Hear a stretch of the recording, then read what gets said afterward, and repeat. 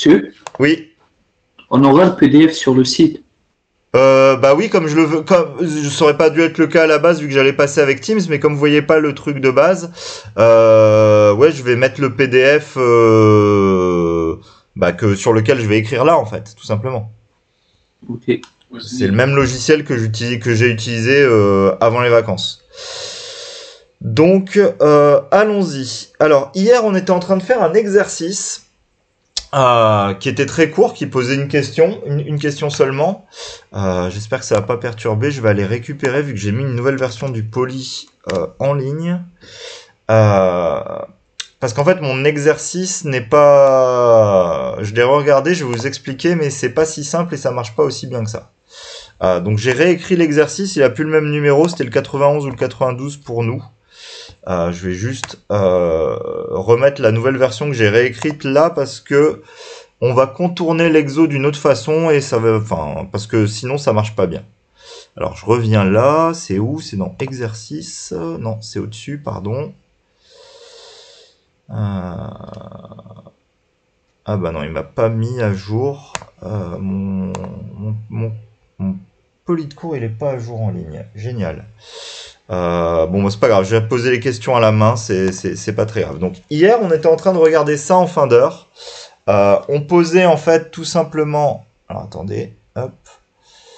On posait tout simplement ce qu'on appelait tau n, c'était l'ensemble des matrices trigonalisables.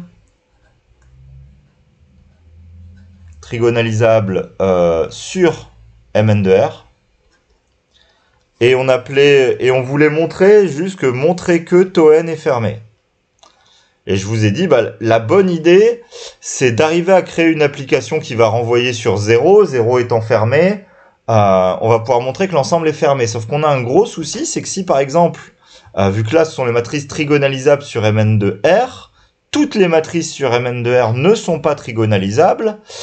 Du coup, si par exemple, je voudrais créer ceci, alors par exemple, si je peux tout à fait créer ceci, l'application qui prend une matrice trigonalisable, qui a une matrice T, associerait dans Rn lambda 1, lambda n, où je mets ici, ce sont, alors je vais mettre C valeurs propres réelles, C valeurs propres réelles, il y en a bien n hein, si elle est trigonalisable, ordonnée de façon croissante. Ordonnée de façon croissante. Ça, c'est une application qui est parfaitement définie. Parce que je peux ordonner dans R mes valeurs propres de façon croissante. Ça pose pas de souci. Par contre, je ne peux pas créer cette application-là, par exemple, qui a une matrice M, associerait donc vu que ce sont des complexes dans C puissance n, les valeurs propres lambda 1, lambda n, celle-là, je peux pas la créer parce que, bah justement, on n'a pas de relation d'ordre. On n'a pas de relation d'ordre dans C. Je peux pas comparer la position de n réel. Donc, c'est-à-dire que, imaginons juste un exemple avec deux valeurs propres. Si j'ai la valeur propre 1 plus i, 1 moins i, comme deux valeurs propres, je peux pas les ordonner. Je peux pas dire que celle-là est plus petite que celle-là ou quoi que ce soit. Du coup, c'est pas une application. Si j'essaye de faire ça, je peux pas créer une fonction qui fait ça. Et du coup, j'aurais peut-être pu m'en sortir avec une application comme la première en me limitant à tau n de R, mais ça me crée un deuxième problème, c'est que même si je veux créer cette application-là, montrer qu'elle est continue, elle n'est pas polynomiale, enfin, trouver une valeur propre, c'est pas un calcul polynomial, c'est pas une fonction linéaire, enfin, c'est pas une application linéaire, donc montrer qu'elle est continue, et essayer de travailler avec ça, ça va pas être quelque chose de très efficace. Du coup, je pense que mon idée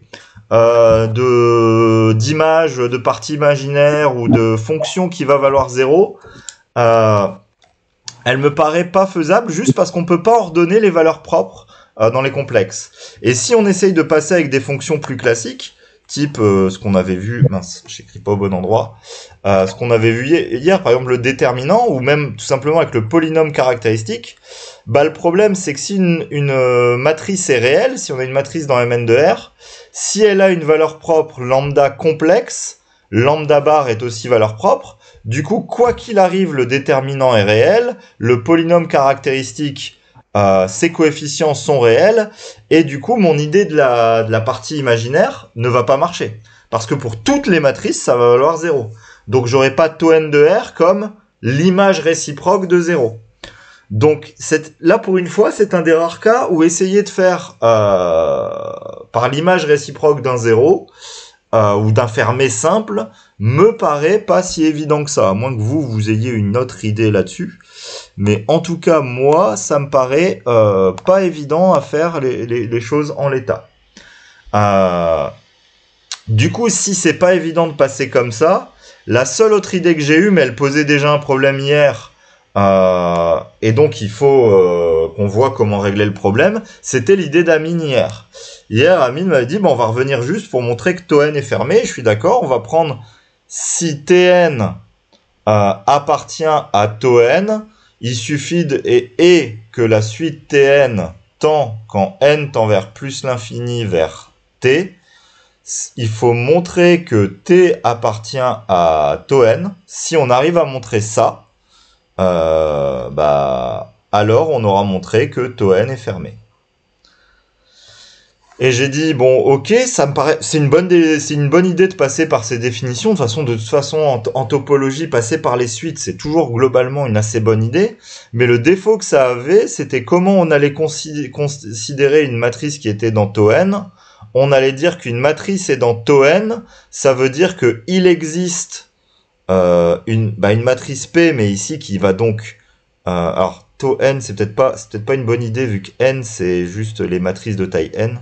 Donc, je vais plutôt appeler ma suite de matrices TP, avec P qui tend vers plus l'infini, ou ouais, P c'est aussi ma matrice, donc c'est peut-être pas une bonne idée P. Je vais encore changer de lettre, excusez-moi. On va appeler ça Q. Avec Q qui tend vers plus l'infini, mais justement, si je fais ça, ma matrice qui est là, elle dépend de Q, elle est dans GLN de R, elle est inversible, telle que PQ-1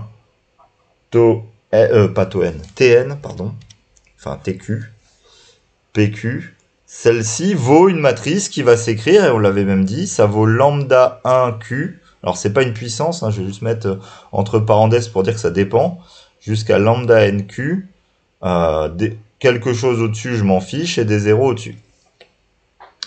Et j'avais dit hier que ça va poser un problème, ça me paraissait pas si évident, parce que le problème, c'est qu'on ne sait pas vers quoi convergent ces deux matrices, et on peut pas faire de limite de ces deux matrices.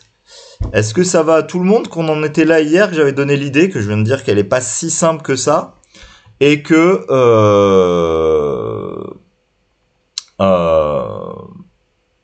comment dire et qu'on avait expliqué cette idée-là d'Amine hier, qu'on en était là. Est-ce que ça va à tout le monde, ça?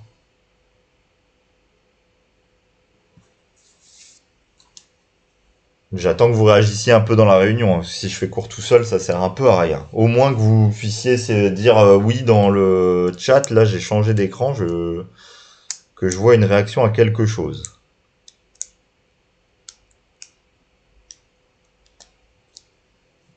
Jamila, ok. Ah, Mohamed, je vois un pouce se lever, ok, d'accord.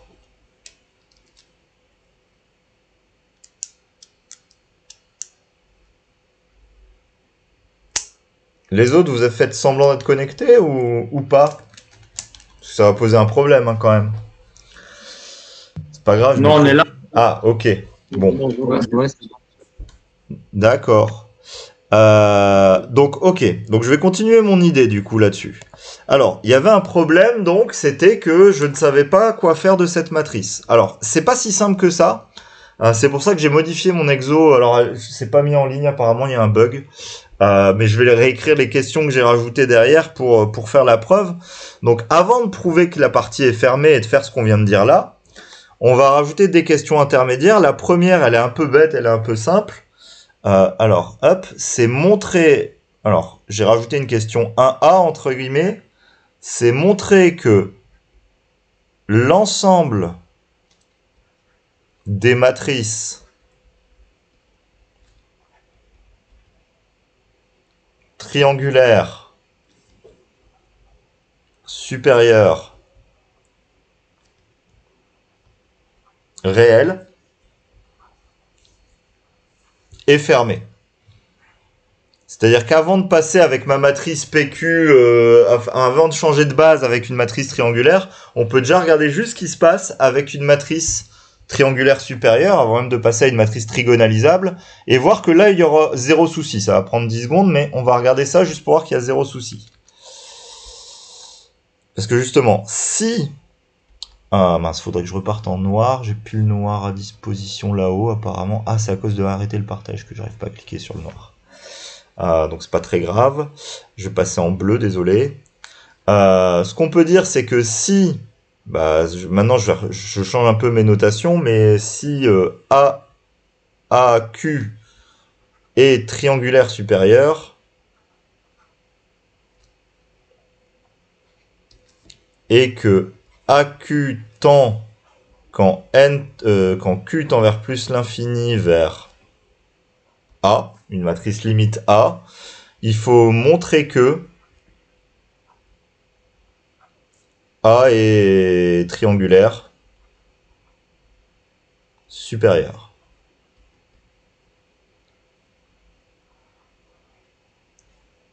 Alors, c'est pas très dur ça. Comme on est en distanciel, c'est pas très simple à avoir. Si quelqu'un a là une idée à me proposer, je veux bien la prendre, mais sinon, c'est pas très dur de montrer que si je prends une matrice triangulaire supérieure, sa limite va être triangulaire supérieure. Est-ce que vous voyez quelque chose à dire, à faire là-dessus ?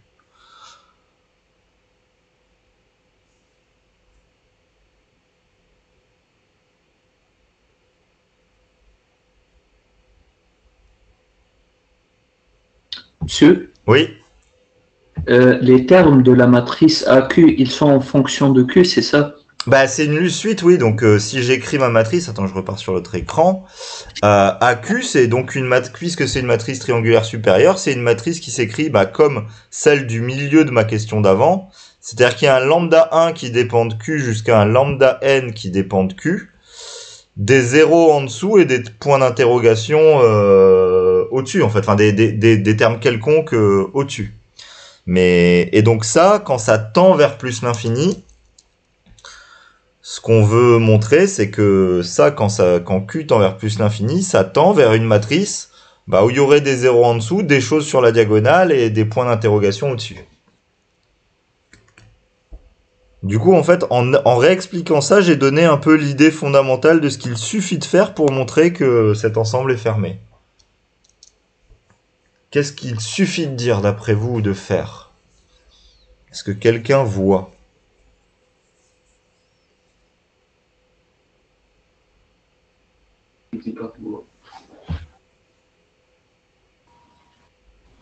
Il faut que la limite des lambda n soit différente de 0. Non, alors même si la limite... Mais en fait, même si les lambda n, la limite des lambda n ferait 0, ça poserait pas le moindre problème, ça, en fait. C'est autre chose qui assure qu'une matrice est triangulaire supérieure. En fait, ce qui assure... J'aurais peut-être pas dû écrire mes lambda i, mais c'est peut-être pour reprendre ce que j'ai fait avant. Ce qui assure qu'une matrice est triangulaire supérieure, c'est ceci. Du coup, la seule chose à expliquer, c'est ce qui se passe ici. Et du coup, ce qu'on peut juste écrire, c'est que si... Alors, je vais repartir en bleu pour pas... C'est que si AQ est triangulaire supérieur, je me permets encore une fois d'écrire comme ça pour triangulaire supérieur, hein, ça me permettra de gagner du temps d'écriture. Ce qu'on peut écrire, c'est que AQ indice IJ, quand l'indice de ligne est plus grand que l'indice de colonne, donc AQ indice IJ, c'est égal à 0 dès que I est strictement plus grand que J, c'est ça avoir une matrice triangulaire supérieure. Si ça vaut 0 quel que soit I et J, forcément, la matrice A limite, qui est le coefficient AQIJ, va tendre quand Q tend vers plus l'infini vers le coefficient AIJ qui va valoir 0 si I strictement plus grand que J. Donc A va être A triangulaire supérieur. C'est juste ça. Donc, il n'y a aucun problème. Si je fais converger une matrice triangulaire supérieure, une suite de matrices triangulaires supérieures, j'obtiens à la limite une matrice triangulaire supérieure. Donc, si je peux gérer mes problèmes de matrice de passage que j'ai écrit là-haut, là, les problèmes des matrices PQ et PQ-1, il n'y a aucun souci. On va pouvoir montrer que l'ensemble des matrices trigonalisables est fermé. Alors c'est là où ça se complique un tout petit peu et c'est là où il y a deux résultats en fait qu'on connaît pas, un qu'on aurait dû faire dans un autre exo et qu'on a déjà en partie fait, et un autre qu'on n'a jamais vu mais qui est pas très compliqué. Enfin, c'est des points qu'on a déjà vus mais pas dans ce contexte-là. Je vais donc rajouter une autre maintenant question, plutôt que juste qu'on a dit là-haut, dire qu'il existe une matrice de passage quand une matrice est trigonalisable, pour dire qu'il existe une matrice de passage dans laquelle la matrice est triangulaire supérieure. C'est montrer que, alors je vais mettre si T est dans Toen, donc si T est trigonalisable, il existe une matrice de passage P, mais qui là va être orthogonale, telle que je vais avoir P-1, donc P-1, mais pour une matrice orthogonale, c'est la transposée, P-1 TP. Ouais, T c'est peut-être pas, moi si. Le T là-haut, c'est juste pour la transposer, hein, et triangulaire supérieur. Monsieur? Oui. J'ai pas compris pourquoi on a pris le delta positif et pas un autre cas. Mais non, j'ai pas pris de delta positif. C'était ma notation abrégée de hier après-midi pour triangulaire supérieur. C'est ce que j'ai dit. Ah, si. Ah, non, ça c'était juste pour triangulaire supérieur. Au fait, j'en profite comme c'est la première fois qu'on est en ligne comme ça sur Teams, je vous le dis juste, si à un moment vous me voyez parler dans le vide et ne rien écrire, c'est pas normal parce que j'écris tout là. Donc si à un moment vous me voyez entendre parler de il existe une matrice orthogonale et que j'écris pas, ce que j'ai écrit là en question 1b au tableau, enfin pour moi sur mon écran, c'est qu'il y a un bug entre Teams et machin et l'écran, il faut que je réinitialise tout. Donc n'hésitez pas à me le dire pour pas perdre 10 minutes où je parle dans le vent ou j'écris dans le vent en fait, tout simplement. Donc ok, là l'idée c'est montrer qu'il est... est-ce qu'on peut trouver une matrice orthogonale qui vérifie ça? Ce que nous on sait, c'est ça pour le moment. On sait que si T est dans Toen, il existe une matrice P appartenant pour le moment, c'est tout ce qu'on sait, à GLN de R, tel que P-1 TP est triangulaire supérieur. Est-ce que vous êtes d'accord avec moi? Ça, on le sait. Comment est-ce qu'on va pouvoir dire que la matrice P, on peut la choisir dans ON de R? Est-ce que vous avez une idée? Quel est le lien entre... Alors, tiens, je vais mettre des lettres.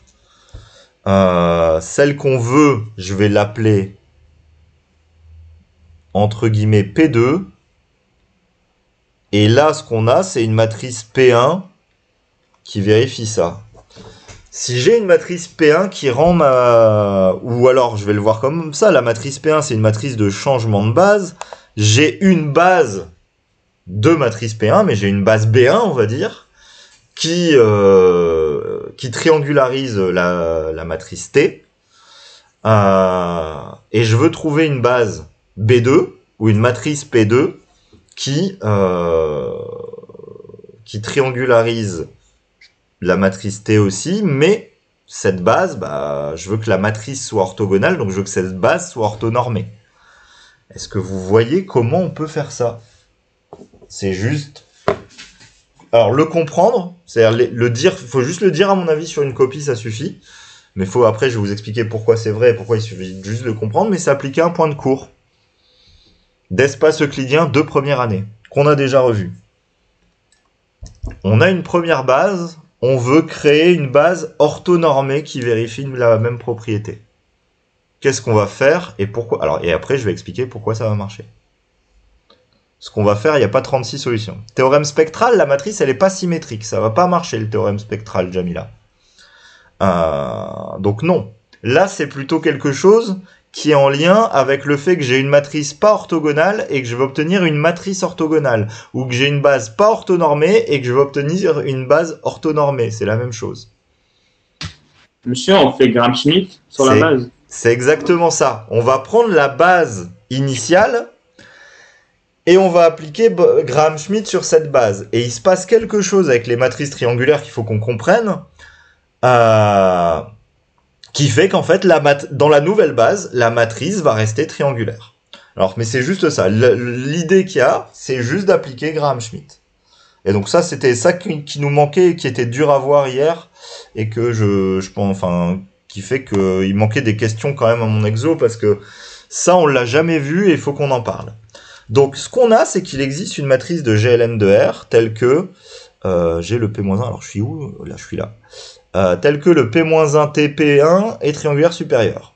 Donc, si je réécris ce que ça veut dire que si je vois ça comme des bases, donc si je mets que P1, c'est la matrice de passage, par exemple, de la base canonique à la base B1. Donc, en fait, que P1, c'est juste des vecteurs. Alors, par exemple, je vais les appeler U1 jusqu'à UN en fonction de la base canonique qui serait E1 jusqu'à EN. Ok, ça, c'est ma matrice P1.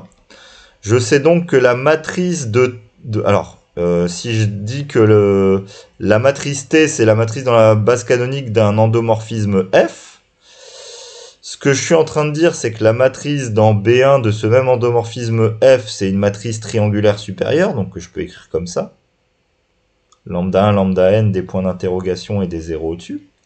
Mais si je vois ça, c'est surtout que c'est du F de U1 jusqu'à F de UN, et ici en fonction de U1, UN. Et ce qui fait que la matrice est triangulaire supérieure, ça faut juste le comprendre, et si vous avez compris ça et que on comprend comment on fait Gram-Schmidt, on va comprendre que Gram-Schmidt va marcher.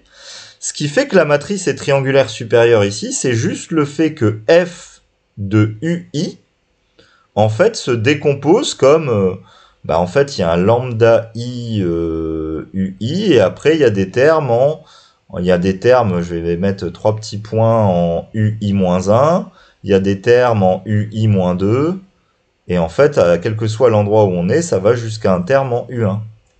Et donc, en fait, F de UI appartient à vect de U1 jusque UI. C'est ce qui fait, c'est le principe qui fait qu'à la ième colonne, j'ai des zéros en dessous du ième terme. Si vous comprenez ça, qu'est-ce qui se passe? C'est que si je dis appliquons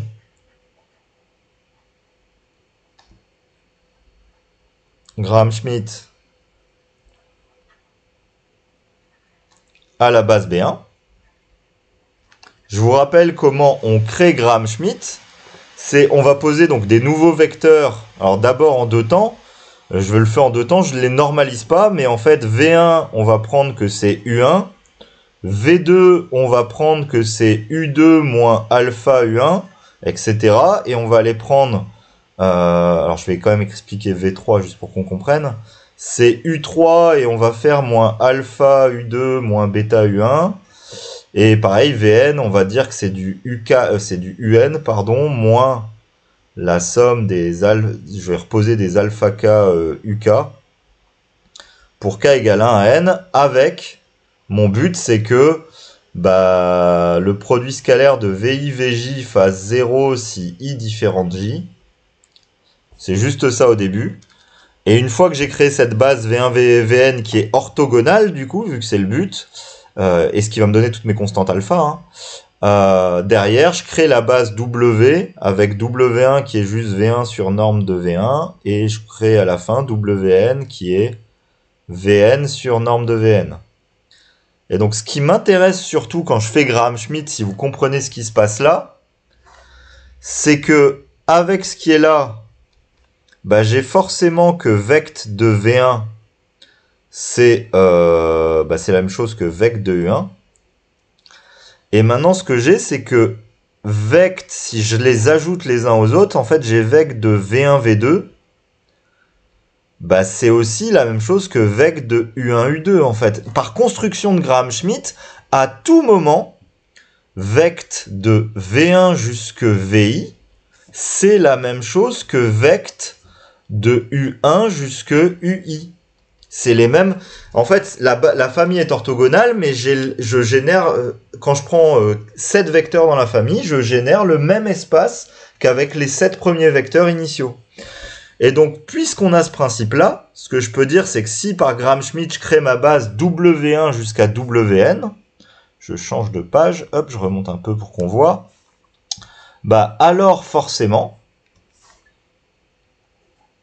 alors je peux dire que vect de W1 jusqu'à WI, quel que soit I appartenant à un N, c'est la même chose que vect de U1, UI. Donc, la matrice de l'endomorphisme F dans la base B2, qui est la base associée à W, bah, elle est forcément triangulaire supérieure. Parce qu'on avait déjà la propriété de triangulaire supérieure qu'on avait avant. Et on a même que la diagonale, c'est la même. Je peux remettre, si je veux, ici, lambda 1, lambda n, parce qu'à chaque fois, mon vecteur, je vais juste prendre la première composante qui est là. Et de toute façon, sur la diagonale, ce sont les valeurs propres, donc elles ne vont pas changer.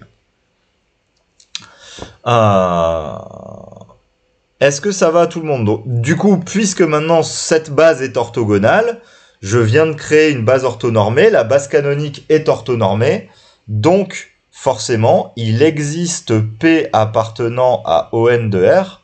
En fait, la matrice P2 de tout à l'heure, c'est juste la matrice de passage de la base canonique à la base B2 que je viens de créer, telle que P-1, enfin c'est la transposée TP, soit triangulaire supérieur.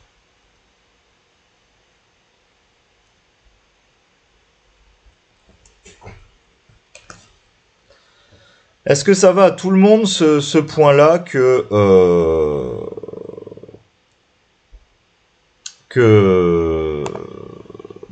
si j'applique Graham-Schmitt à une matrice triangulaire supérieure, j'obtiens encore une matrice triangulaire supérieure.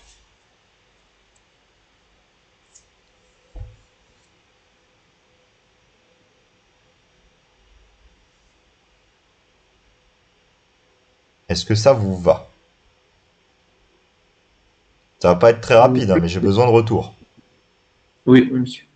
Ah, pourquoi on fait moins et pas plus, Jamila? C'est pareil, on pourrait faire des plus. C'est juste moi en convention, en général, je prends un moins. Mais puisque le but, ça va être de le calculer par un produit scalaire et de trouver quelque chose qui va donner 0, si moi je vais un moins, je vais par exemple trouver comme constante moins 2, ce qui fait la même chose que si tu avais mis un plus et que tu avais trouvé en constante plus 2, en fait. Enfin, c'est juste, c'est moi j'ai l'habitude de mettre des moins. Mais si tu le vois avec des plus, ou si je l'ai déjà écrit en classe avec des plus, ça ne gêne absolument rien. C'est exactement la même chose.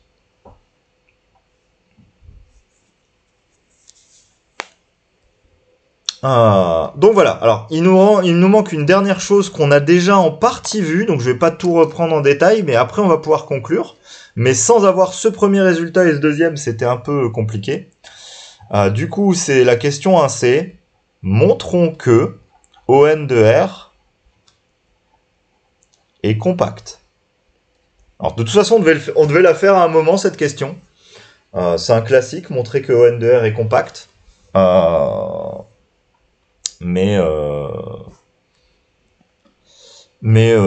va le faire là, parce que ça va nous aider à conclure facilement à ce qu'on veut. Hop. Alors, pourquoi on a déjà fait? Bah déjà, je vais juste dire que on est en dimension finie, vu qu'on est dans Mn de R. Donc, montrer que ON de R est compact, c'est équivalent à montrer que ON de R est fermé borné. Et on a vu, alors je vais le réécrire juste, mais on sait que une matrice est dans ON de R, c'est équivalent à dire que le déterminant de M vaut plus ou moins 1, toute matrice qui a un déterminant de plus ou moins 1, est orthogonal. Et du coup, ON de R, c'est F-1 du fermé moins 1. Ça, c'est un fermé. Enfin, j'ai mis F-1, c'est pas F-1, c'est... Enfin, alors, hop, elle est où la gomme? C'est det-1 en fait. Enfin, bah, mince, il veut pas... Enfin, je peux pas... Ah non, c'est la gomme, elle est là, pardon, excusez-moi. Hop. C'est det-1 de moins 1 qui est un fermé avec det qui est continu. Donc ON est fermé. Donc la seule chose dont on n'a pas parlé en classe et qu'il faut expliquer, c'est pourquoi est-ce que ON de R est borné. Alors est-ce que quelqu'un se rappelle un truc qu'on a vu sur les matrices orthogonales? C'est pas directement du cours, mais un peu. Je rappelle qu'une matrice orthogonale, c'est ces colonnes forment une base orthonormée. Pourquoi est-ce que l'ensemble forcément ON de R va être borné?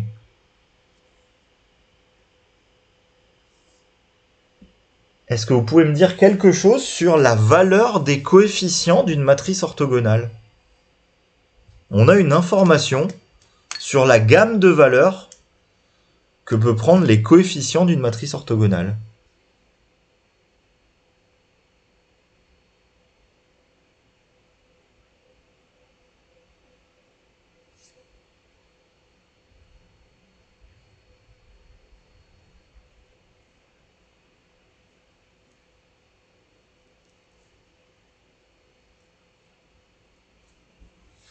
Alors je vais réécrire de l'autre côté pour essayer de vous faire deviner, mais j'ai envie que ce soit vous qui me donniez la réponse et pas moi. Est-ce que ce vecteur-là, 2, 1, 3, peut faire partie d'une colonne d'une matrice orthogonale? Et sinon, pourquoi? Qu'est-ce qui va poser problème?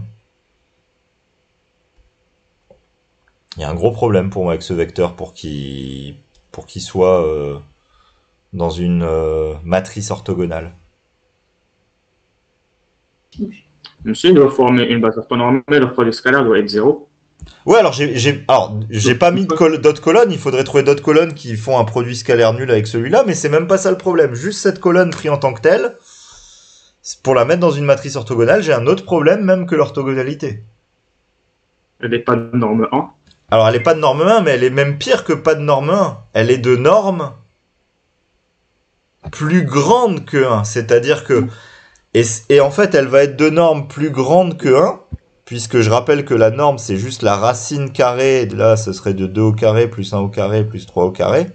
En fait, dès que je mets le moindre coefficient dans une colonne de matrice orthogonale, dès que je mets le moindre coefficient qui est de... Comment dire? Qui est strictement plus grand que 1 en coef, bah ça marche pas. Enfin, c'est-à-dire que la norme va forcément être plus grande que 1. Pareil si je mets un 3 ici. Donc en fait, une chose qui est sûre, c'est que si M appartient à ON de R, tous les coefficients MIJ de M sont plus petits que 1. Forcément, il n'y a pas le choix. Et je vous rappelle juste que puisque toutes les normes sont équivalentes, par exemple en dimension finie, si je calcule la norme infinie de M que je vois comme un vecteur à n carré coefficient, ce serait le sup ou le max, hein, c'est un max, je pourrais même écrire max plutôt que sup, pour IJ dans un n tous les deux. Ceci, c'est une norme. Et donc avec ce que je viens de dire que la norme infinie de M est forcément plus petite que 1. Donc ON de R est borné.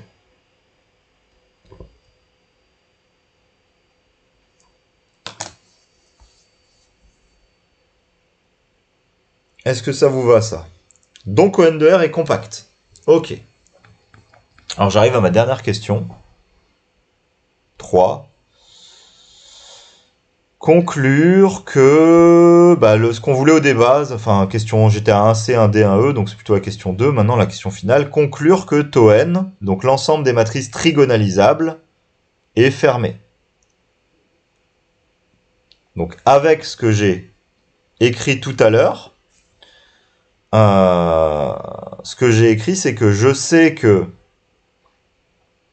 avec un B ou un C, là, je sais plus ce que j'ai écrit, je sais que il existe P, mais dans, alors PQ justement, alors si, je reprends, si TQ tend vers T, quand Q tend vers plus l'infini, avec TQ qui appartient à tau n, je veux montrer que T est dans tau n aussi. Et donc ce que j'ai dit avec un B, c'est qu'il existe PQ qui maintenant, ce que j'ai gagné, c'est qu'elle est dans ON de R, tel que PQ-1, qui est sa transposée, mais c'est pas ça qui va... Oh si, ça peut m'aider, c'est juste sa transposée. Oui, ça peut m'aider. Je pense pareil. PQ transposé TQ PQ, qui est égal à ce que je vais appeler AQ, qui est L triangulaire. Bon, mes notations sont pas terribles, hein. J'aurais dû plutôt appeler T la triangulaire plutôt que la trigonalisable, et AQ la et T, enfin bon bref, j'aurais dû inverser mes notations. Je sais ça. Et là maintenant, je vais juste aider. La dernière question que j'ai fait, c'est de montrer que ON de R est compact. À quoi ça m'aide? Enfin, en quoi me sert le fait d'avoir montré que ON de R est compact?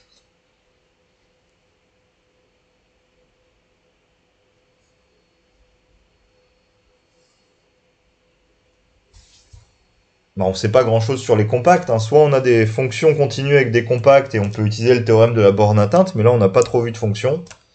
Soit il faut revenir à la définition des compacts. Qu'est-ce que ça peut aider à dire que ON de R est compact?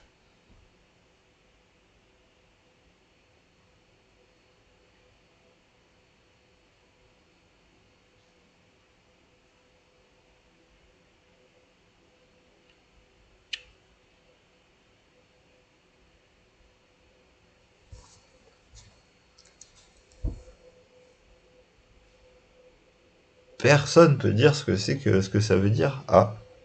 Ouais, elle a une valeur d'adhérence. Alors, en termes un peu plus utiles pour l'exercice, mais c'est exactement ça, c'est que, alors, la suite qui est là a une valeur d'adhérence, donc je vais l'écrire, la suite PQ, pour Q appartenant à grand N, a une valeur d'adhérence, mais ça, c'est pas directement utilisable. Ce qui est directement utilisable, c'est que il existe du coup une sous-suite, donc il existe phi strictement croissante de n dans n, telle que P de phi de Q, elle tend, quand Q tend vers plus l'infini, tout simplement, vers une matrice P infini qui est dans ON de R. Du coup, ce que je viens de gagner, c'est que la matrice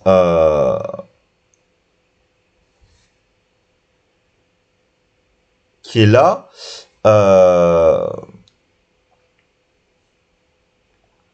pardon, c'est que du coup, cette suite-là a une limite. Du coup, maintenant, si je me consacre juste, je sais déjà que ma suite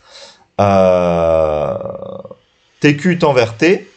Donc maintenant, je sais que TQ, que je vais pouvoir écrire, du coup, dans l'autre sens, ça va être P, je vais l'écrire PQ, AQ, PQ-1 ou PQ transposé.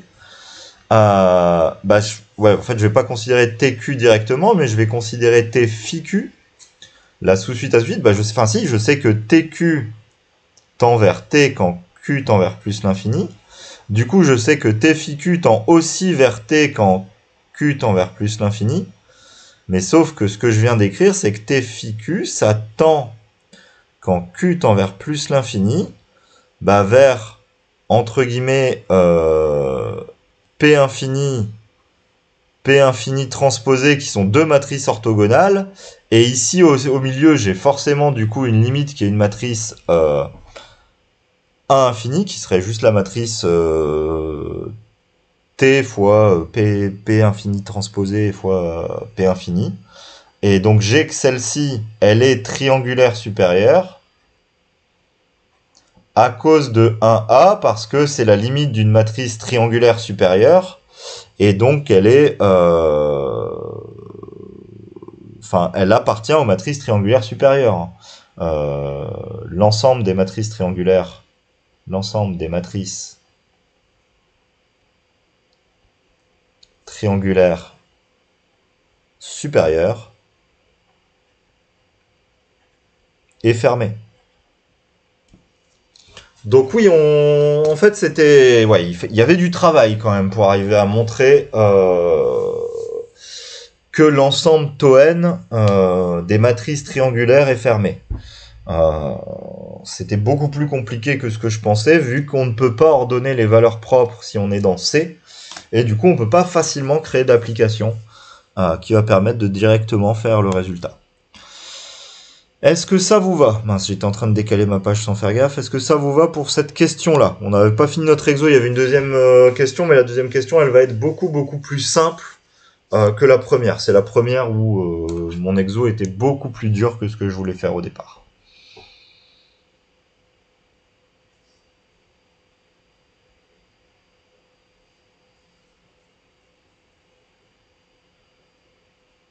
Ok, bon, Jamila c'est bon. Du coup les autres, Kindimo consent. Donc si vous êtes d'accord avec ça, on va conclure. Alors maintenant, la troisième question, du coup ce qui devient la troisième question après toutes mes questions dans mon sujet, qui est beaucoup plus facile.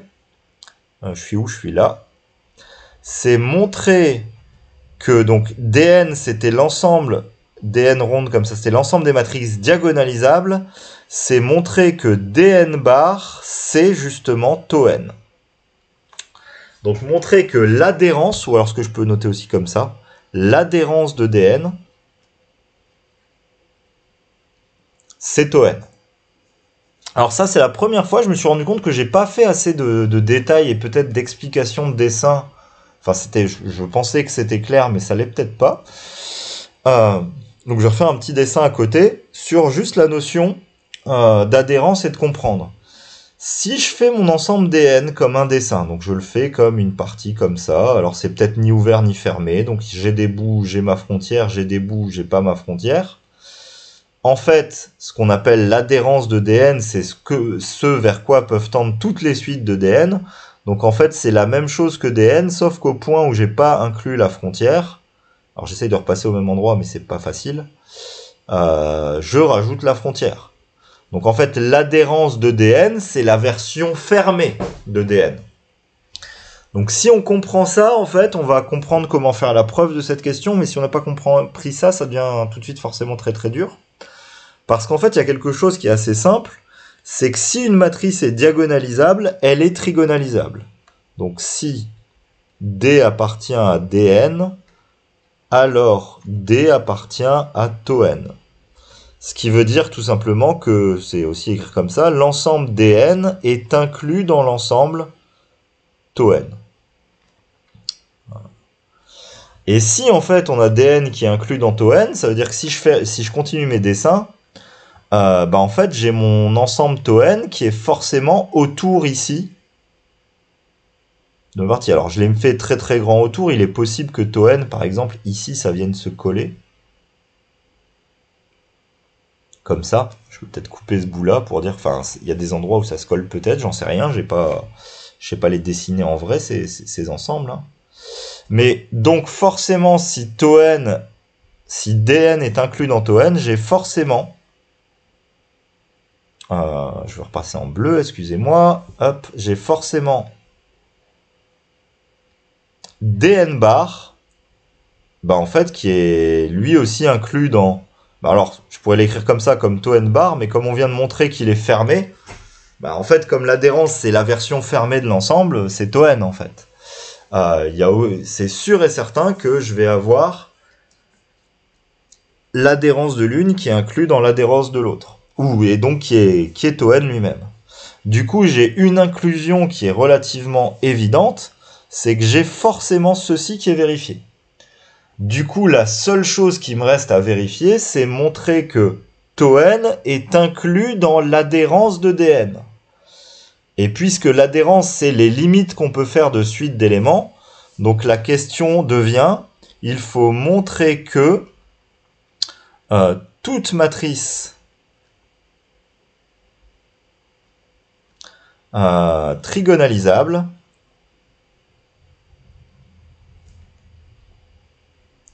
peut être limite d'une suite de matrices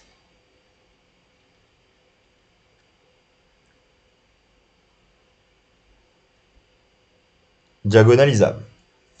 Et comme ça, c'est encore un tout petit peu dur, on l'a déjà fait, hein. C'est déjà un raisonnement qu'on a déjà mené, on va juste le revoir et le refaire. Mais avant de montrer que toute matrice trigonalisable peut être limite d'une suite de matrices diagonalisables,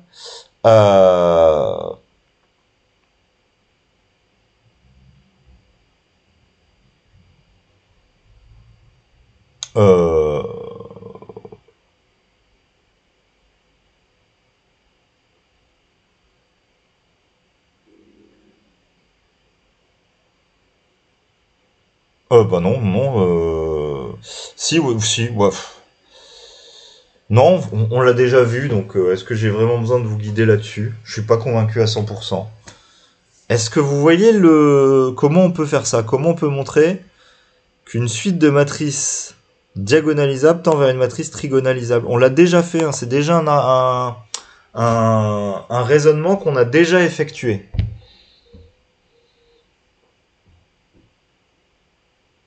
En gros, il faut que je prenne des matrices qui sont diagonalisables. Comment vous pouvez me créer des matrices simplement qui vont être diagonalisables? Sachant que ma limite, je veux une matrice trigonalisable, donc une matrice où j'ai que des valeurs propres réelles, mais pas forcément toutes distinctes, parce que justement, je peux avoir plusieurs fois la même valeur propre, ce qui peut poser des problèmes de diagonalisabilité. On l'a déjà mené. Est-ce que vous voyez le raisonnement qu'on peut mener?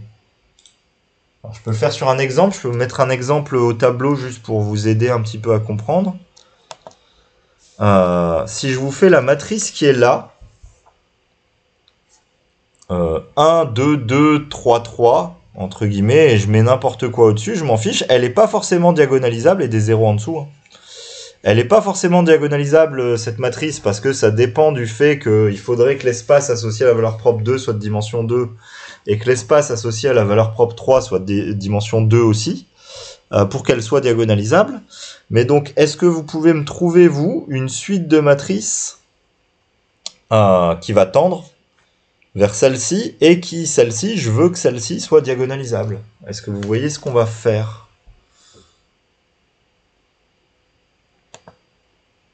On en a déjà parlé.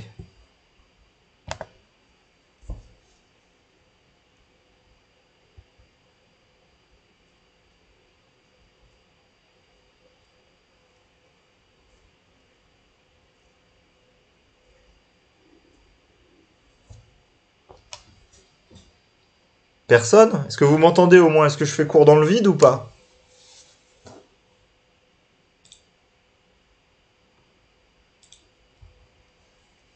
Ah, c'est bon, j'ai vu Mohamed faire un pouce. Ok. Donc au moins vous m'entendez, d'accord. Donc on l'a déjà fait le raisonnement, je vais quand même on va le réexpliquer du coup, mais ça c'est vraiment un raisonnement classique maintenant de topologie liée à la diagonalisabilité. L'idée c'est, hop, je repars de l'autre côté. On sait qu'une matrice est diagonalisable dès qu'elle est à valeur propre distincte. Donc par exemple, si je prends mon exemple, il suffit par exemple que je fasse il faudrait juste que je fasse 2 plus 1 sur n, 2 plus 2 sur n, ce qui assure que les valeurs propres vont être distinctes au moins à partir de n égale 3, 3 plus 1 sur n, 3 plus 2 sur n, par exemple, pour avoir que, et je mets les mêmes nombres au-dessus, je m'en fiche, pour avoir que cette matrice-là va être diagonalisable et va tendre vers la matrice qui est à gauche. Donc c'est juste ce petit raisonnement-là qu'on doit effectuer pour arriver à montrer juste que toute matrice diagonalisable peut être limite d'une matrice diagonalisable. Alors on va d'abord montrer qu'une matrice triangulaire peut être limite d'une matrice diagonalisable, et après il faut juste faire un changement de base. Donc Donc allons-y, écrivons-le. Alors pourquoi j'ai ça qui apparaît à l'écran? Excusez-moi. Hop. Donc allons-y. Donc je vais mettre soit Tn triangulaire supérieur. Enfin pas Tn, c'est juste une matrice T. Hein. Soit Tn triangulaire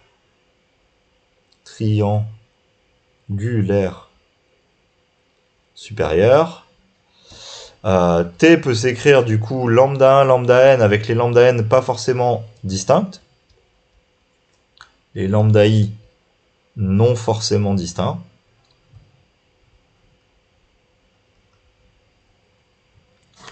Ce qui va se passer, et je vais mettre les lambda i non forcément distincts et je vais mettre ordonnés de façon croissante, c'est juste pour avoir un truc simple, et ordonnés de façon croissante, vu qu'on est dans R, il n'y a pas de souci. Dans ce cas-là, si je pose dn qui est la suite, alors par exemple je vais faire lambda 1, bah tiens, plus, je vais le faire comme ça, plus 1 sur 2 puissance n, non j'avais dit qu'il faut, si je prends dans l'ordre croissant, il faut que je prenne le nombre le plus petit devant. Bah tiens, hop. Donc je vais faire comme ça jusqu'à lambda n, et ici je vais lui ajouter 1. Alors je vais faire n plus 1 ici, juste parce que comme ça existe pour n égale 0. Du coup si je fais du 1 sur n plus 1, ici je dois faire, j'ai ajouté n termes, donc j'ai du n plus 2, donc ici j'ai du 2n plus 1, et ici j'ai du 2n. Si je veux faire ça comme ça. J'ai n nombre de n plus 1 à 2n plus 1, j'en ai bien n, donc oui, ça doit être ça. Pardon, c'est pas des zéros dessus, c'est je mets les mêmes nombres qu'il faut. Hop, donc je mets les mêmes chiffres ici. Donc si je prends dn, cette matrice-là, dn est à valeur propre simple, donc diagonalisable, et j'ai forcément que dn tant quand n tend vers plus l'infini par construction vers t. Ok, mais donc voilà, donc je peux faire tendre une suite de matrices diagonalisables vers t. Maintenant, si je prends une autre matrice A est trigonalisable, bah il existe P inversible avec A qui est égal à P-1 TP, ce qui veut dire que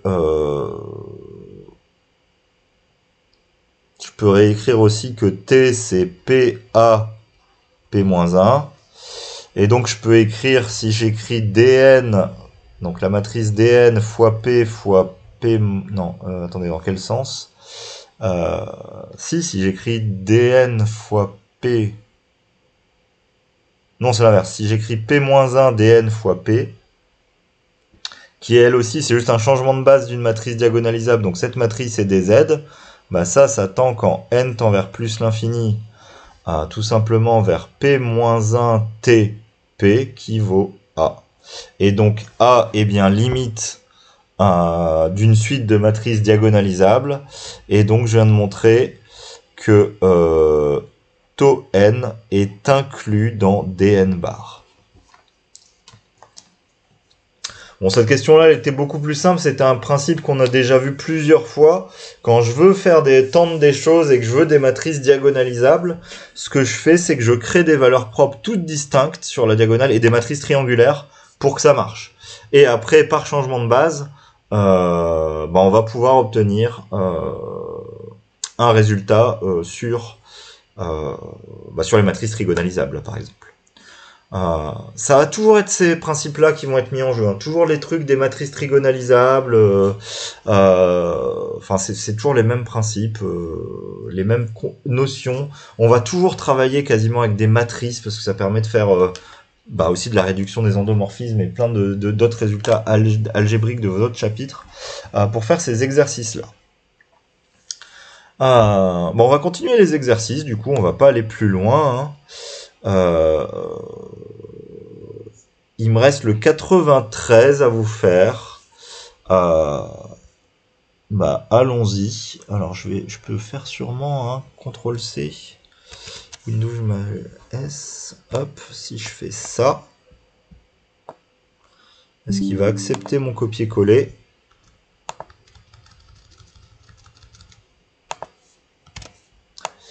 Ouais, il a l'air d'accepter. Avant que je continue, c'est vrai, je suis pas repassé dans l'autre écran, excusez-moi. Bah tiens, je vous vois plus. Ça va pour ce premier exo pour tout le monde? Ça vous va? C'est bon? Enfin, avec l'explication que j'ai fait de la matrice DN là, qui tend vers T et... Ok, Jamila, oui, t'as mis oui. Ok, d'accord. Et Mohamed aussi. Ok, parfait. Bon, bah donc... continuons, reprenons l'exo d'après, qui était l'exo d'avant dans le poly, mais celui que j'ai passé parce que je voulais avoir un petit peu de temps. C'est pas très très grave si on fait pas beaucoup plus que ça aujourd'hui, ça me permet au moins de me débarrasser de ces deux exos là, même si on va pas très très vite. La première question, c'est une question classique qui, je pense, si elle vous tombe dessus en sujet d'écrit, il faut botter en touche. Alors ce que je veux dire par botter en touche, c'est il faut essayer d'aller vite. J'ai peur que ça passe pas, mais sinon ça devient compliqué, c'est pour ça que je vous parle des polynômes de Lagrange dedans. C'est montrer que l'application qui est là est continue. Alors l'idée est vraiment celle-ci, mais elle est compliquée à comprendre finement. C'est que ce que je veux regarder, c'est l'application qui a un polynôme, qui a une matrice A associe son polynôme caractéristique. Et l'idée, alors il faut juste bien écrire ce qu'il faut. Donc je vais juste vous écrire l'idée qui, pour moi, est le minimum à écrire sur une copie, et ça peut passer si vous écrivez ça, mais il faut bien l'écrire. Ne dites surtout pas que Xia est un polynôme. Parce que c'est vrai, Xia est un polynôme, et là on arrive bien dans Kn crochet X, mais ce qui va faire marcher les choses, c'est que, en fait, l'application qui a A associe Xia est un polynôme en les coefficients de A. C'est pas le fait que c'est un polynôme en tant que tel, c'est pas le fait qu'on arrive dans Kn crochet X qui m'intéresse. Et ce que je pourrais même dire, c'est juste que c'est un polynôme en les des coefficients de A en fait. C'est-à-dire qu'en fait c'est un polynôme dans les différents coefficients AIJ. C'est des AIJ puissance quelque chose. Tout simplement parce que c'est un déterminant et que le déterminant se calcule par rapport au coefficient AIJ. Donc ça c'est la version résumée. Le problème c'est que on manipule mal si on écrit donc Xia de X comme le déterminant de... Pardon. Excusez-moi, je vais trop vite. De A moins X fois IN. Bah, en fait, c'est le fait qu'il y ait une indéterminée X ici pour justifier que c'est un polynôme en A, c'est pas très très clair et pas très très précis. Du coup, la bonne solution pour essayer de montrer que cette application est continue, l'application Psi, hein, enfin Psi de A là, qui donne ceci, pour montrer que c'est continu, une des bonnes solutions serait de dire c'est compliqué d'arriver à prouver que ça c'est continu parce qu'il y a une indéterminée X qui est pas claire. Ce que je pourrais faire, c'est puisque c'est un polynôme, l'exprimer par exemple dans la base canonique, c'est-à-dire que ça ce serait une somme en fait des X puissance K fois devant, du coup j'aurais un coefficient qui dépendrait de psi I, pas psi K de A, où ce serait la kème coordonnée de A pour K égale 0 jusqu'à N. On pourrait faire ça, dire que, puisque c'est un calcul vectoriel, je peux voir ça, si je décompose dans la base canonique avec ça, c'est chacune des coordonnées de ma fonction vectorielle. Le problème, c'est qu'on n'a pas les coordonnées dans la base canonique du polynôme caractéristique. On a dans notre cours que Xia de X, on sait que c'est X puissance N. On sait que derrière, c'est moins trace de A fois X puissance N-1. Et on sait que si on fait des moins 1 puissance N, à la fin, c'est un moins 1 puissance N et que le terme constant, c'est déterminant de A. Mais on n'a jamais écrit le détail des coefficients qui sont là en intermédiaire. Et du coup, dire que chacune des fonctions psi k de A, c'est ça qu'on voudrait dire. Si on dit que chacune des fonctions psi k de A est un polynôme en A, du coup, la fonction, puisque coordonnée par coordonnée, c'est un polynôme en A, on peut en déduire que la fonction psi A est un polynôme en les coefficients de A. On peut conclure comme ça. Mais on n'a pas la partie rouge, là. On n'a pas les coefficients qui nous manquent. Du coup, c'est l'idée de base de décomposer dans la base canonique, elle est relativement logique. Hein. Mais puisqu'on n'a pas les coordonnées, ça va pas marcher. Donc, il existe une base pour les polynômes dans laquelle on peut toujours trouver les coordonnées des vecteurs.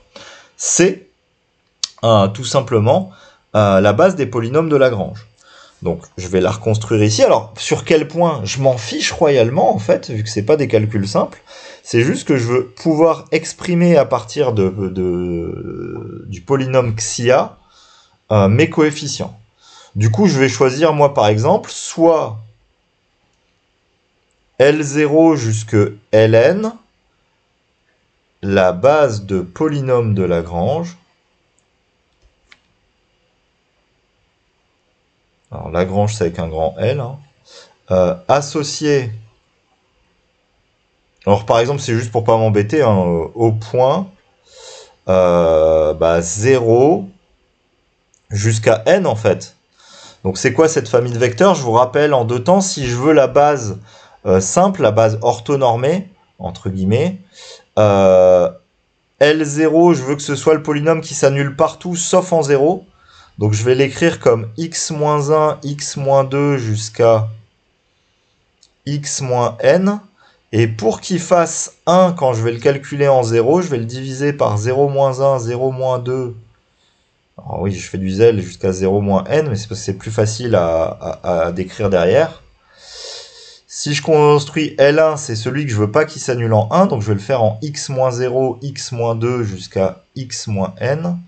Et pour le normer, je vais le diviser par 1-0, 1-2 jusqu'à 1-n. Donc du coup, ce que je suis en train d'écrire, c'est juste Lj, c'est le produit pour i égale 0 à n avec i différent de j des x moins i sur le produit pour i égale 0 à n des i différent de j des j moins i. Si je crée mes polynômes de Lagrange comme ça, qu'est-ce qui se passe? Il se crée quelque chose d'assez simple, c'est que je les crée de telle façon... Oula, mince, j'ai un trait qui vient d'apparaître, excusez-moi.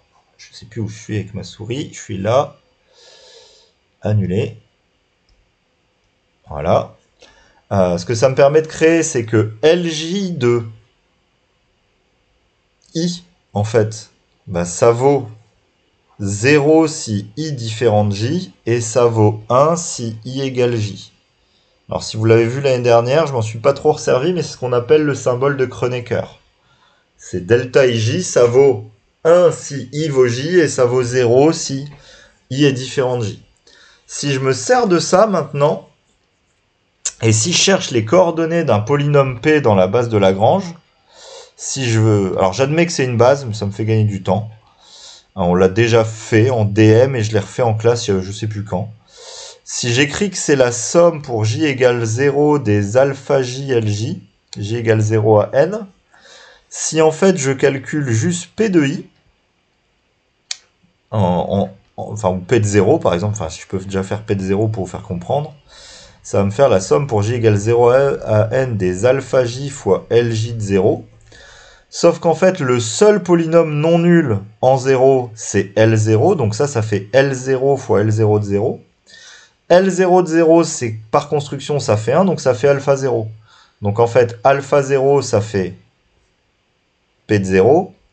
Mais on peut aussi écrire que, si je généralise,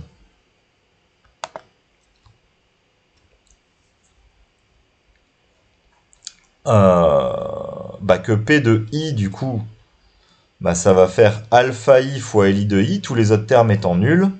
Donc P de i, ça fait alpha i. Ce qui veut dire que les coordonnées de n'importe quel polynôme P dans la base L0, Ln, ce sont tout simplement c'est P de 0, et en dernier, c'est juste P de n. C'est la valeur du polynôme en ces points. Ce qui me permet de dire quoi maintenant? Je reviens à mon exo, parce que là, j'ai juste créé pourquoi les bases de Lagrange, ça va m'intéresser. Ma fonction psi a, ça me donne un polynôme, mais ce que je peux dire, c'est que les coordonnées de psi a dans la base L0, Ln, ce sont tout simplement psi a de 0 jusqu'à psi a de n, c'est-à-dire que c'est le polynôme caractéristique pris en 0 jusqu'au polynôme caractéristique de a pris en n. Ce qui veut dire, vu qu'on connaît le polynôme caractéristique, ça c'est juste déterminant de a moins 0 fois l'identité, et ça c'est le déterminant de a moins n fois l'identité. Ce que j'ai gagné en écrivant ça, c'est que maintenant j'ai plus d'indéterminé grand X. Ceci, les 0, le n ici et le k intermédiaire, si j'écris au milieu déterminant de a moins k fois l'identité, tous ces nombres, ce sont des constantes par rapport à a. Et ça me permet de dire en fait que les coordonnées de psi a, c'est pareil que regarder l'application qui a a associe ça. Et ce que je peux dire, c'est que quel que soit k appartenant à 0n, déterminant, l'application qui a a donne déterminant de a moins 0 i moins kin, pardon. Celle-ci est continue sur Mn de R parce qu'elle est polynomiale. On l'a dit hier en classe qu'un déterminant c'est polynomial, ou c'est une application multilinéaire, c'est la même chose. Mais cette application, elle est continue quelle que soit la coordonnée, donc forcément l'application qui regroupe les coordonnées, donc psi, pardon, il n'y a pas de a, c'est l'image psi a. Donc psi est bien continue sur Mn de R parce qu'elle est continue coordonnée par coordonnée.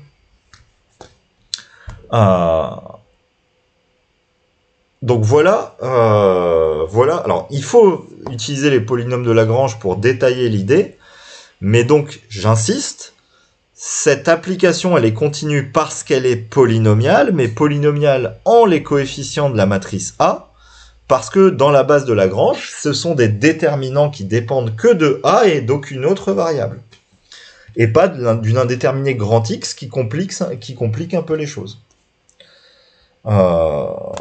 Donc si vous n'avez pas le temps et si la question tombe, parce que la question peut tomber, le fait de dire que le polynôme caractéristique est continu, c'est un truc qui arrive. Oui, c'est l'interpolation, j'avais pas vu ton message Jamila, excuse-moi, vu que j'étais sur l'autre page, mais oui, c'est bien l'interpolation de Lagrange que vous avez vu l'année dernière, oui, bien sûr. Et on en a reparlé 2 fois cette année, enfin une fois c'était avec le DM, et une deuxième fois j'en ai reparlé à un moment de l'interpolation de Lagrange. Mais c'est exactement ça. C'est pour pouvoir... justement, il existe une base de polynômes qui vous permet de construire un polynôme qui passe par n'importe quel point. C'est la base des polynômes de Lagrange. Et donc là, je m'en suis juste servi pour être sûr d'avoir les coordonnées de mon polynôme. Sinon, il m'en manquait au milieu. On a quelques coordonnées du polynôme caractéristique dans la base canonique de Rn, crochet X.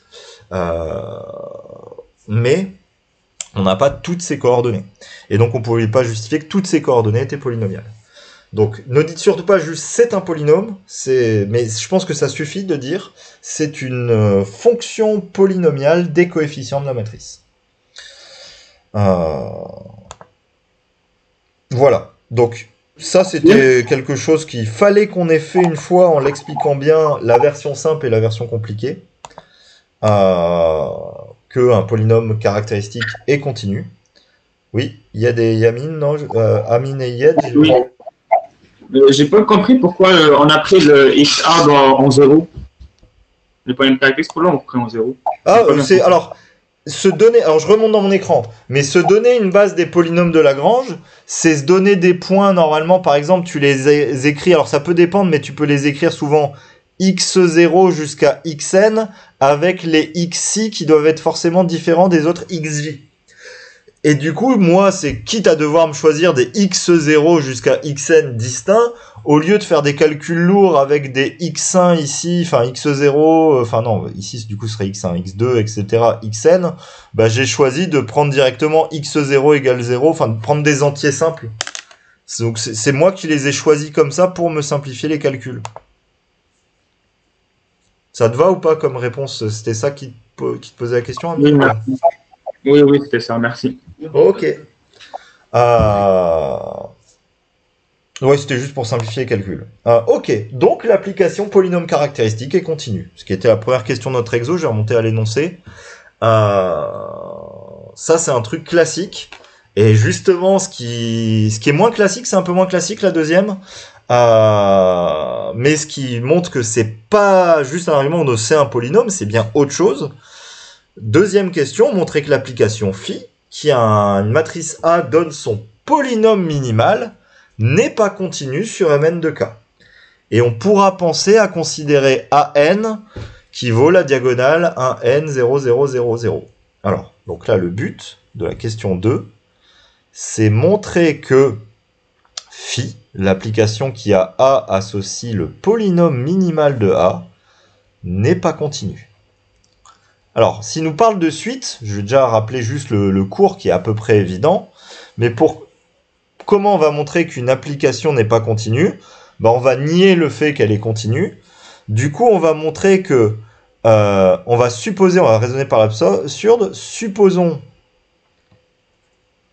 que phi est continue, alors pour toute suite AN de matrice qui tend quand n tend vers plus l'infini, mon n est peut-être encore mal choisi, je vais plutôt mettre AP, qui tend quand P tend vers plus l'infini vers une matrice A, je dois forcément avoir phi de AP qui tend vers phi de A. Et ici, il nous demande de correspondre, du coup, j'aurais pas dû prendre AN, mais plutôt AP, la matrice qui est diagonale, qui a un 1 sur P en haut à gauche, par exemple, et que des zéros en dessous. Donc soyons clairs, cette suite de matrices, elle tend clairement quand P tend vers plus l'infini, vers la matrice nulle, c'est le but. Elle tend vers 0 de Mn de R. Alors on va calculer le polynôme minimal de cette matrice, AP. Alors je vais juste écrire le début et je voudrais que vous me trouviez son polynôme minimal. AP est diagonale. Alors je vais mettre donc diagonalisable, c'est très bête ça, mais oui, vu qu'elle est diagonale, elle est diagonalisable. Et ses valeurs propres se lisent sur sa diagonale, du coup, et spectre de A, spectre de AP, pardon, c'est juste 1 sur P, 0. Il n'y a que deux valeurs propres, vu que c'est les nombres sur la diagonale, il y a des 0 partout et il y a un 1 sur P. Quel est le polynôme minimal de AP? C'est pas très compliqué, je pense qu'il peut même s'écrire dans le chat s'il faut. Mais je voudrais que ce soit vous, c'est juste parce que ça c'est toujours un truc, on en fait peu de ces trucs-là, et c'est toujours un truc pas très dur, mais que vous avez du mal à répondre quand on vous pose la question. J'ai une matrice diagonalisable, donc j'ai une propriété de cours qui me permet d'avoir quelque chose sur le polynôme minimal, et j'ai une matrice diagonalisable qui a que deux valeurs propres, 0 et 1 sur P. Quel est le polynôme minimal de cette matrice?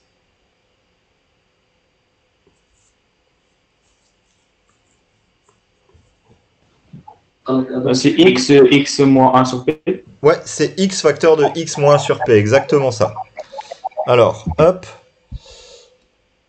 Je repars. Oui, si A, en fait, du moment que j'ai dit que A était diagonalisable ici, on sait instantanément que pi A est scindé à racine simple.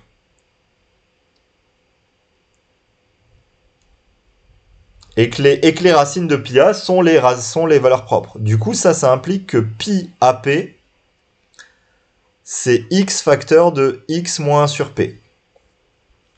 Ok. Alors, AP, elle est diagonalisable, elle vérifie ça.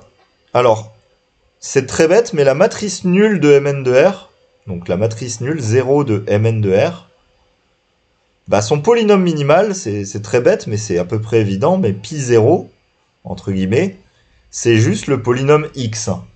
Parce que la matrice nulle, mis à la puissance 1, elle vaut déjà 0. Donc autre façon de le voir, c'est la matrice nulle est une matrice diagonale, donc diagonalisable, qui a juste pour spectre 0, donc son polynôme minimal, c'est juste x-0 qui fait x. Donc on sait que pour la matrice nulle, le polynôme minimal, c'est pi 0 qui fait x. Mais sauf que j'ai un problème, parce que du coup, si je prends ma fonction phi, là, phi de AP, ça fait pi AP, donc ça fait x carré moins 1 sur p x si je développe. Ça tend quand p tend vers plus l'infini vers x carré. Ceci est différent de x qui vaut phi de la matrice nulle. Donc forcément, phi n'est pas continu.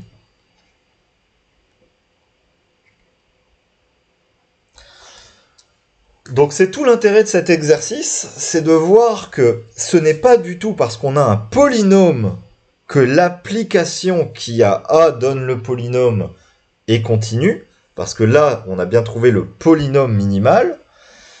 En fait, le polynôme minimal ne se calcule pas de façon polynomiale à partir des coefficients de A. C'est quelque chose de plus compliqué. Donc l'application qui a A donne pi de A n'est pas continue, alors que le polynôme caractéristique, lui qui se calcule bien à partir des coefficients de A comme un polynôme, est, elle, une application continue. Donc c'est vraiment comprendre la différence entre être un polynôme et être une application polynomiale des coefficients de la matrice. Est-ce que ça va cet exercice sur ce concept-là ?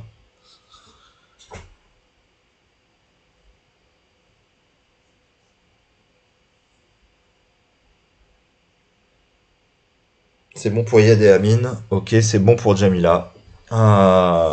Ok. Bon, on a été plus vite que ce que je voulais sur cet exercice-là, tant mieux. Parce que l'autre, on a été plus lent, par contre, beaucoup plus lent. Du coup, maintenant qu'on a fait ça, hop. On a fait celui-là. Faudrait continuer le cours. Alors, ah oui, mais j'ai pas... Apparemment, il n'a pas mis en ligne mes nouvelles versions de documents. Comment ça se fait ? Il m'a rien mis en ligne aujourd'hui, cet Android. Comment ça se fait ? J'ai fait des modifs aujourd'hui. Bah oui. Alors attendez 10 secondes. Je vais juste essayer de relancer. C'est juste parce que le COSI s'est pas mis à jour. Je voudrais qu'il se mette à jour. Pourquoi il veut pas se mettre à jour ? Sinon je l'ai que sur mon autre ordi, mon fixe. Et là je suis en train de vous faire le cours en direct sur mon petit ordi portable. Et ça ne marche pas. Est-ce que j'ai besoin de votre TD là ? Devoir sujet, ouais, le TD. Pourquoi il ne le met pas à jour ?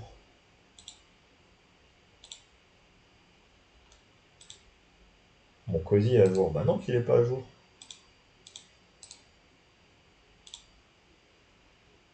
Copie. Est-ce qu'il a vu quelque chose ? Ah. Il a dit quelque chose. Non, il m'a parlé de ce... mais il n'a rien fait.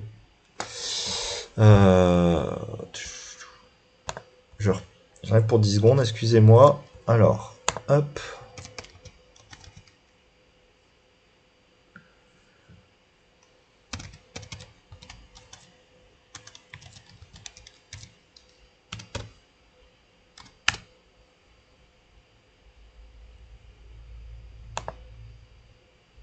Non, il me l'a pas mis à jour. Alors je vais perdre 10 secondes, excusez-moi, je vais me l'envoyer par mail d'un ordi à l'autre, c'est très très bête, mais j'ai besoin de l'énoncé de l'exo. Ah bah non, je l'ai sur le site. Je l'ai via... Ah, il a le même numéro ou pas ? Alors on va faire un exercice qui est pas dans le poly, mais que je me suis rendu compte qu'on n'en a pas fait assez parce qu'en fait, ça tombe pas mal à l'oral de CCINP.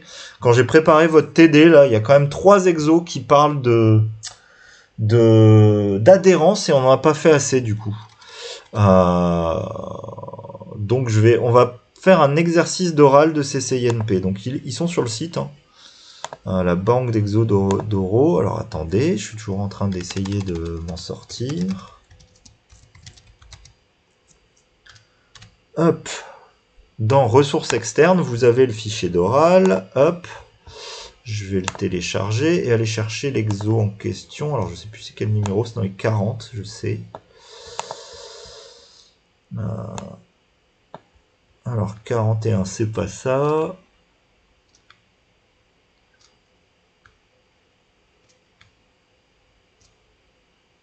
Ouais, c'est celui-là. Allons-y. Donc vous l'avez dans la partie ressources externes du site, hein, l'exo, mais je vais vous mettre l'énoncé là. C'est un exo corrigé de l'oral de CCINP. Alors il faut que je reparte dans ma bonne page. Hop, c'est bon, je l'ai. Hop, je vous mets l'énoncé de l'exercice.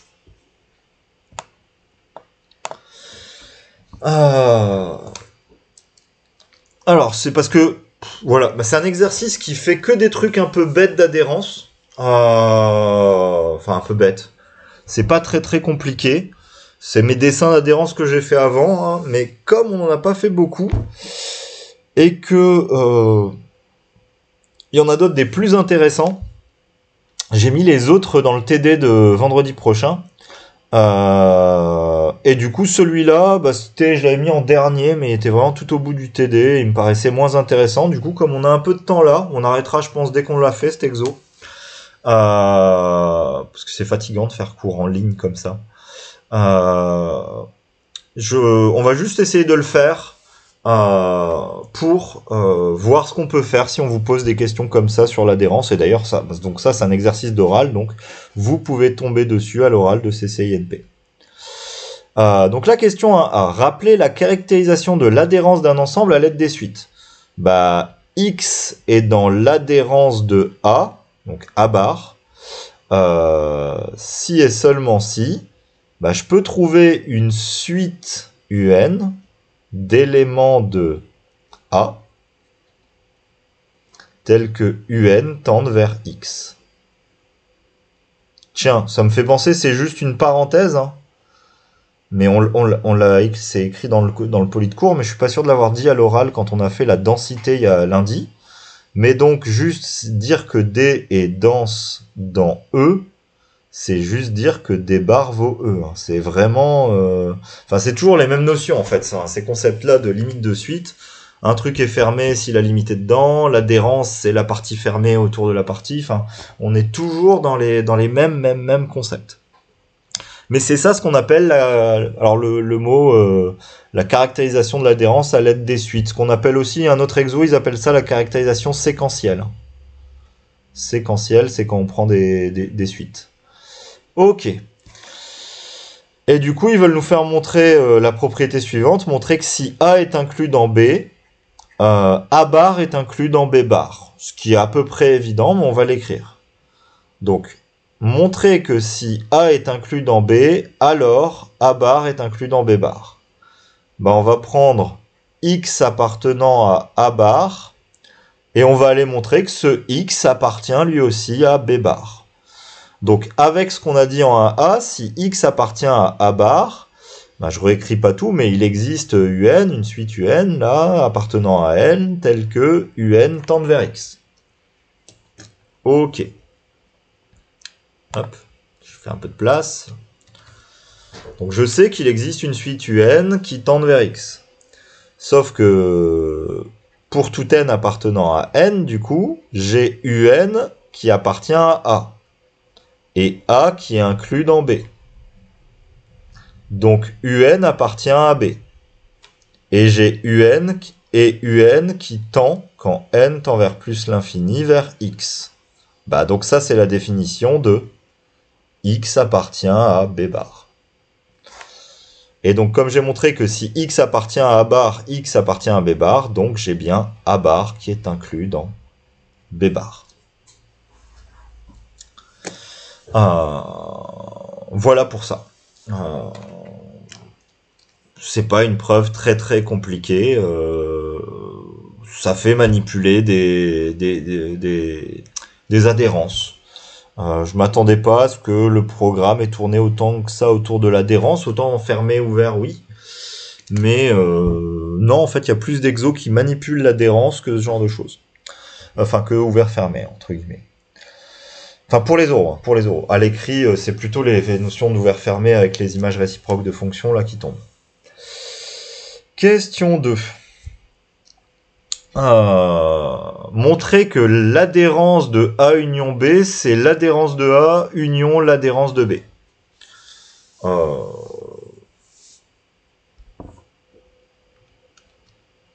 Bon, bah...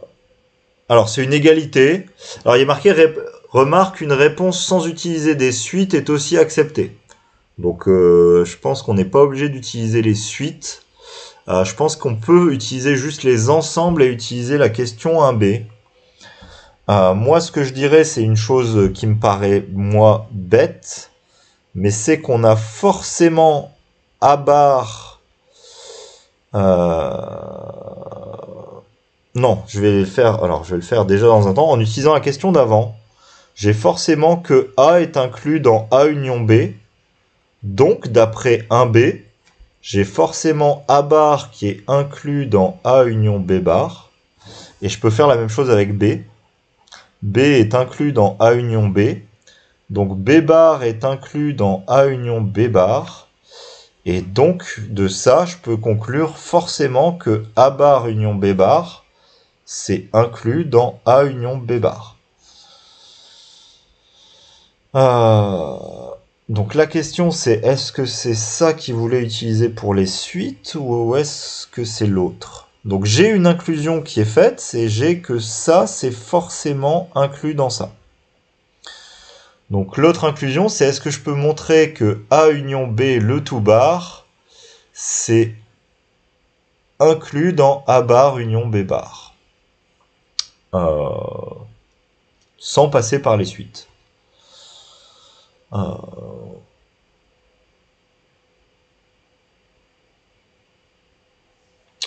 En l'état,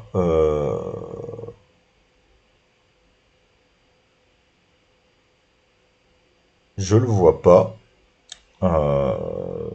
Donc je vais repasser par les suites parce que l'autre sens je le vois pas. Non, je pense que la question 1b c'est juste pour faire ce sens-là. On doit pouvoir s'en sortir sans, mais là à froid je le vois plus. Du coup je vais repartir avec mon truc classique. Soit X appartenant à A union B bar.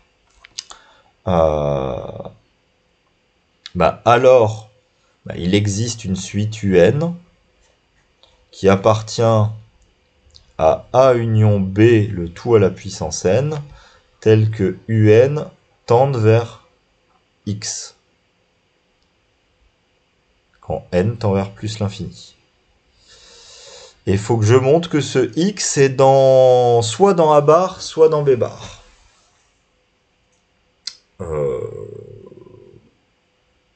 Ok, je le vois pas instantanément.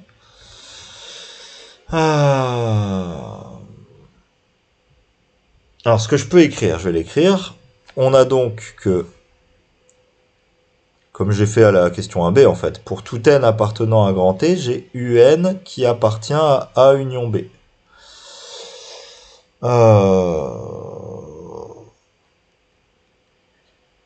Donc j'ai UN qui appartient à A ou UN qui appartient à B. Ouais. Mais je sais pas pour quel rang il est dans A et dans quel rang elle est dans B. Elle peut changer de rang.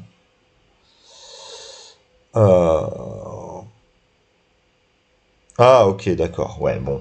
Il y a une astuce qu'on n'a pas encore vue là-dessus. Alors, je vais repartir de l'autre côté. Est-ce que déjà, il n'y a pas de souci jusque-là? J'ai pas vu. Ok. Alors, dernière chose, et on aura fini après ça. Hein, il y a les autres questions, mais les autres questions vont aller très très vite. Enfin, je pense. Là, il y a une subtilité qu'il faut comprendre. que je vais devoir réexpliquer là, qu'on n'a pas encore vu. Si j'ai une suite qui peut être dans deux ensembles, elle peut être, chaque élément de la suite est soit dans A, soit dans B. Bah tiens, je vais faire un dessin. Imaginons même que mes ensembles A et B sont disjoints, pour faire un truc compliqué. Je fais un ensemble A ici, et un ensemble B ici. Et justement, c'est ce qui va se passer. Imaginons que ma suite UN converge et fait, elle passe de A, elle passe dans B, elle passe dans A, elle passe dans B, mais elle converge. Au bout d'un moment, forcément, en fait, si les deux sont disjoints, de toute façon, puisqu'elle peut plus sauter très loin, elle va rester déjà dans le même ensemble, et donc elle va faire ses sauts dans le même ensemble. Alors, l'idée, c'est de dire quoi? C'est que si une suite converge comme ça avec deux parties disjointes, alors si c'est pas disjoint, on va pouvoir faire la même idée, mais c'est encore plus simple. C'est juste qu'en fait, il y a forcément un des deux ensembles, c'est-à-dire qu'il contient, là c'est toute ma suite en rouge, mais si je fais que les croix roses, je peux les limiter à cet ensemble-là, et du coup, en fait, je peux créer une sous-suite qui oublie tous les termes qui vont de l'autre côté, donc une sous-suite qui enlève tous les termes qui vont dans B, par exemple, si ma limite est dans A, et qui va, elle, converger, mais en étant que dans un seul des ensembles. Donc ce que je vais dire, c'est ceci. C'est que l'ensemble des UN appartenant à A ou l'ensemble des UN appartenant à B, forcément l'un ou l'autre, est infini. Il y a forcément l'un des deux ensembles qui est infini, sinon j'aurais les deux... Non, pardon, il y a un truc qui va pas. C'est pas les ensembles des UN qui sont infinis, ma suite peut être constante. C'est l'ensemble des indices n tels que UN appartient à A et l'ensemble des indices n tels que UN appartient à B est un ensemble infini. Puisque j'ai un nombre infini d'éléments de ma suite, j'ai forcément un nombre infini de termes qui est dans l'un ou dans l'autre. Ce qui permet d'écrire que il existe, par exemple, alors supposons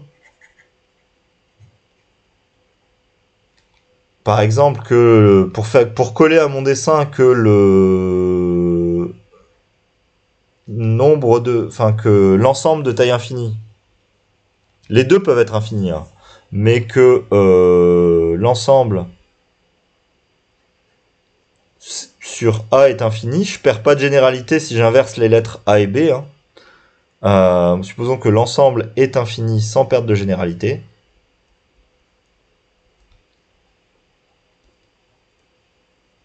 Je peux faire jouer un rôle symétrique aux lettres A et B sans la moindre difficulté. Ce que je peux dire, c'est puisqu'il y a un nombre infini d'éléments qui sont dans A, mais que je ne connais pas leurs indices, je peux dire qu'il existe une fonction phi strictement croissante de n dans n, telle que maintenant u phi de n appartient à A pour tout n appartenant à n. Et je vais donc avoir u phi de n qui tend, quand n tend vers plus l'infini, vers la même limite x que la suite de base. Et du coup, maintenant que j'ai montré ça, donc, x, dans ce cas-là, appartient à A bar. Et donc, ce que j'ai montré, c'est que si je suis dans cette situation-là, j'ai A bar union B bar. Non, c'était dans A union B le tout bar, pardon, il n'y a qu'une seule barre. Comme j'ai supposé dans un premier temps que c'était dans A, mais ça peut être l'autre, je viens de montrer que c'est... Enfin, x appartient à A. Alors, je vais plutôt mettre ici de même. Si c'est l'ensemble des n appartenant à n, tel que un appartient à b qui est infini. J'aurais pas dû écrire ça ici, je vais le réécrire après. J'ai forcément x qui appartient à b bar. Donc au final, j'ai forcément x qui appartient, excusez-moi, à A bar union B bar. Et donc je peux écrire que A union B le tout bar, c'est A bar union B bar. Ouais, bon. Un peu plus dur que ce que je croyais, le retour de ce truc-là. Je pensais je sais pas, j'avais mal dû écrire mes choses. Je pensais m'en sortir avec les éléments... classiques, entre guillemets, enfin, juste des inclusions d'ensemble et des passer aux complémentaires et ce genre de choses. Est-ce que ça va pour ce truc-là? C'est pas si simple que ça, mais c'est pas non plus... Enfin, là, il y avait un concept un peu tordu avec l'infinité d'éléments, là. Et si les ensembles sont conjoints, on prend la limite dans l'intersection. Oui, alors, la limite, elle est pas forcément dans l'intersection. La limite, elle peut complètement être que dans A, même s'ils ont une partie jointe. Je refais un autre dessin de Jamila pour te montrer, mais non. Enfin, si je prends la partie, par exemple, je fais un autre dessin où là, si je prends A qui est ici, et si je prends B qui est comme ça, ma suite, elle a pas forcément à converger dans le... Elle peut très bien faire ça, puis ça, puis ça, puis ça, puis ça, puis ça. Mais à la fin, elle peut très bien choisir d'aller converger là-bas, ce qui fait qu'il y a une infinité d'éléments que d'un seul côté. Mais soit je peux considérer que c'est là-dedans, soit je peux considérer que c'est là-dedans. Et si au final elle est là-dedans, par exemple, je peux dire que tout ça c'est dans B. Et je perds pas la généralité même s'il y a une intersection en fait. Je peux toujours considérer que les cas où je suis dans l'intersection, c'est comme si j'étais que dans B. Et donc j'ai pas perdu la généralité. Est-ce que ça te va cette deuxième explication, ce deuxième dessin? Ok. Bon, c'était les trucs compliqués. Je pense que la phase finale, elle est pas très très compliquée. On va finir la dernière question et on aura bien bossé. Du coup, la question 3, je remonte 10 secondes, c'est montrer que A inter B bar est inclus dans A bar inter B bar. Forcément en fait, enfin là c'est pas, oui c'est pour ça que c'est pas très, c'est le sens pas compliqué comme c'était le sens pas compliqué tout à l'heure. Ce qui est évident c'est que A est inclus dans A bar, B est inclus dans B bar. Donc A inter B est clairement inclus dans A bar inter B bar. Non, c'est l'inverse, excusez-moi. Non, c'est bon. J'ai forcément A inter B qui est inclus dans A et A inter B qui est inclus dans B bar. Donc j'ai forcément A inter B qui est inclus dans A bar inter B bar. Et maintenant, puisque ceci, c'est une intersection de deux fermés, ceci est forcément un fermé. Et en fait, donc forcément, A inter B bar, qui est le fermé, enfin c'est la partie de A inter B qui contient la frontière. Donc ça, c'est le plus petit fermé. Il n'y a pas d'écran, monsieur. Il n'y a pas d'écran? Ah, ça a planté. Voilà, on a travaillé trop longtemps, il n'y a plus d'écran. J'avais pas vu qu'il n'y avait plus d'écran. Alors attendez, partager un écran ou une fenêtre. Hop. Autorisé. C'est revenu ou pas? Ah oui, maintenant c'est bon. C'est bon? Ok. Oui.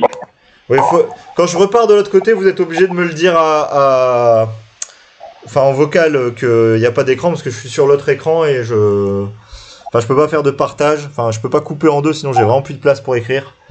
Et je peux voir. Donc, ce que j'étais en train d'expliquer, je refais du coup une lecture rapide. J'ai A inclus dans A bar et B inclus dans B bar. Donc j'ai forcément, alors je peux peut-être rajouter, j'ai forcément A inter B qui est inclus dans A bar, A inter B qui est inclus dans B bar.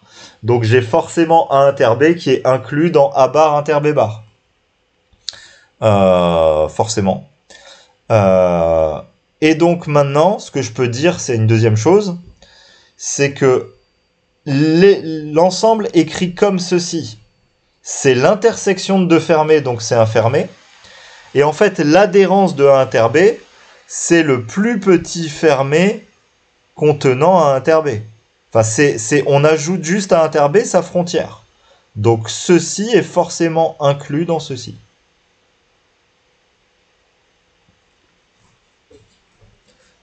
C'est même, enfin, je réexplique ça, ou en fait ça, je suis bête, mais ça c'est encore une fois la propriété 1B.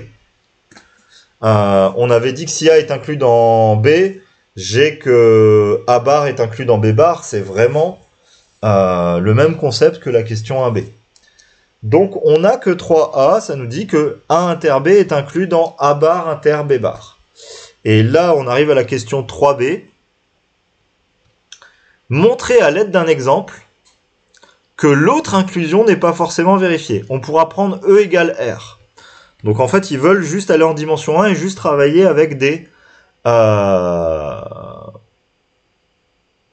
juste travailler avec des intervalles. Donc on veut trouver un exemple d'intervalle, vu qu'on veut montrer que c'est pas vrai, pour lequel on n'a pas A inter B le tout bar, qui fait A bar inter B bar. Alors, moi je vois à peu près comment je vais faire.